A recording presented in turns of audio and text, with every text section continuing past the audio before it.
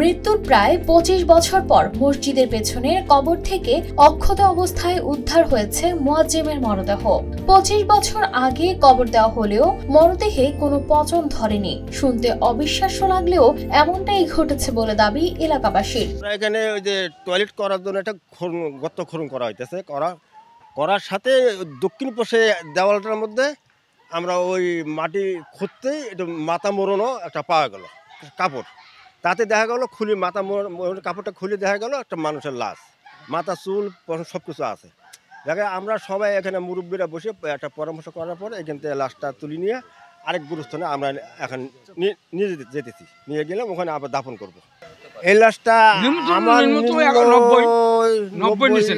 আমার খালুজন যেভাবে বলতেছে তাতে আসলে ৮০-৯৫ এরকম হতে পারে আর কি। রংপুর কাউনিয়া উপজেলার শিবকুটির পাড় এলাকায় ঘটেছে এই অলৌকিক ঘটনা। সরকারি অর্থায়নে বাজার মসজিদের পেছনে চলছিল ওয়াশ ব্লকের নির্মাণ কাজের জন্য খনন করা জায়গায় হঠাৎ বৃষ্টির পানিতে ধসে পড়ে মাটি। তখনই চোখে পড়ে সাদা কাপড়ের চিহ্ন। মাটি সরিয়ে পাওয়া যায় একটি সম্পূর্ণ অক্ষত মরদেহ, যেটির নেই কোনো গন্ধ, ধরেনি কোনো পচন। তবে কার কবর ছিল তা প্রথমে কেউ বুঝতে না পারলেও পরে এলাকাবাসীর স্মৃতি ও পরিচয় মিলিয়ে নিশ্চিত হওয়া যায় তিনি ছিলেন মসজিদের পুরনো মুয়াজ্জেম হোসেন মুন্সি। আজ ২২ বছর আগে যে কবর না, ওটা আমাদের স্মরণ ছিল না যেখানে কবর আছে।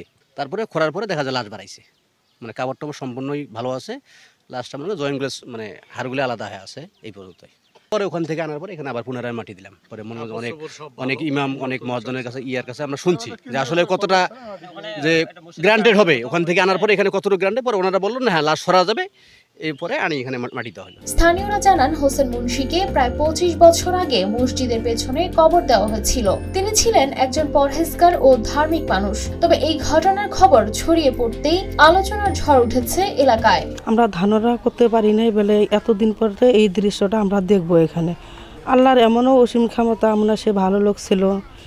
আমরা যখন বুঝমান হলাম, আমি কিন্তু আমার বাবা কিন্তু ছোটোতে আমাকে রাখি মারা গেছে, একবারে ছোট। উনি কিন্তু আমাকে লালন পালন করছে, বাবা আমার কষ্ট বুঝতে দেয় নাই বলে সে ময়লা থাকতে পারবে না, বিধায় আল্লাহর ইশারায় যে কোনো কুদরতে সে মনে হয় বাইর হয়েছে আর কি, আল্লাহ দেখাইছে। মানে না পাক ওটা সহ্য করতে পারবে না, না পাক তো সবাই সহ্য করতে পারবে না, এই জন্য মনে হয় আল্লাহ মনে হয় দেখাইছে। এইটাই আল্লাহর কাছে অসীম ক্ষমতা, সে যেন ভালো থাকে। সবাই আমার দাদার জন্য দোয়া করবেন, এইটাই আমার কামনা। আমার বাবা এখানে মারা গেছে অনেক বয়সে, প্রায় ১০০ বছর হওয়ার পরে মারা গেছে। এইটাই হলো আমার বাড়ি। এইখানে মাটি দিছি মসজিদের পিছনে। মসজিদের পানির ব্যবস্থা করবার দেয়া কামলার একটা খোরাখুরি করতে এখন আমার বাবার লাশটা বেড়াইছে, মাথার পাগড়িটা বেড়াইছে অত্যন্ত। তারপর গ্রামে ১০ আসিয়া দেখলো, মুন্সি মৌলানা দেখলো, দেখিয়া বলে যে আচ্ছা ভাই আপনার বাবা তো এইখানে বেড়াইলো, এখন আবার বাবাকে কি এইখানেই রাখবেন না ওই গোরস্থানে নেবেন? নেওয়া যান, গোরস্থানে নেওয়াই ভালো হবে। আমার শ্বশুর মানুষের সাথে খুব ভালো ব্যবহার করছে, কোনো খারাপ আচরণ করেনি। আমার শ্বশুর কোরআন তেলাওয়াত করছিল, কোরআন বড় বড় জামাতে ঘুরছে, ৭ দিনের জন্য ৪০ দিনের জন্য চিল্লাত গেছে। এই ঘটনাকে অনেকেই বলছেন আল্লাহর কুদরতের নিদর্শন। আল্লাহ তার প্রিয় বান্দাকে এমন অলৌকিক উপায়ে সম্মানিত করতে পারেন বলে জানান এই ইমাম। আমাদের এই শরীরটা ধ্বংসশীল, কিন্তু রূহ ধ্বংসশীল না।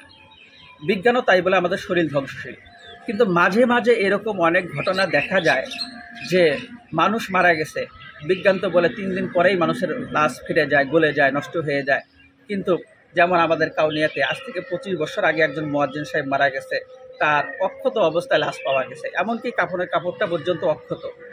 এর কারণ হচ্ছে আল্লাহ তাআলা বুঝাইতে চায় যে সমস্ত ক্ষমতার অধিকারী একমাত্র আল্লাহ তাআলা, সমস্ত ক্ষমতার অধিকারী একমাত্র আল্লাহ তাআলা। আল্লাহ তাআলা যা চান তাই পারেন।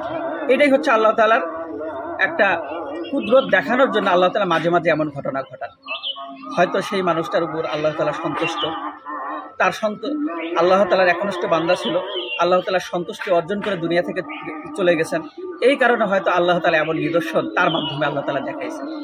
অতএব এটা কোরআন হাদিসের বাহিরের কোনো বিষয় না, এটাকে আমরা অবশ্যই স্বীকার করি। আল্লাহ তাআলা যা চান তাই করতে পারেন। মরদেহ শনাক্তের পর স্থানীয় আলেমদের পরামর্শে জানাজা ছাড়াই তাকে দাফন করা হয়। News desk, RTV।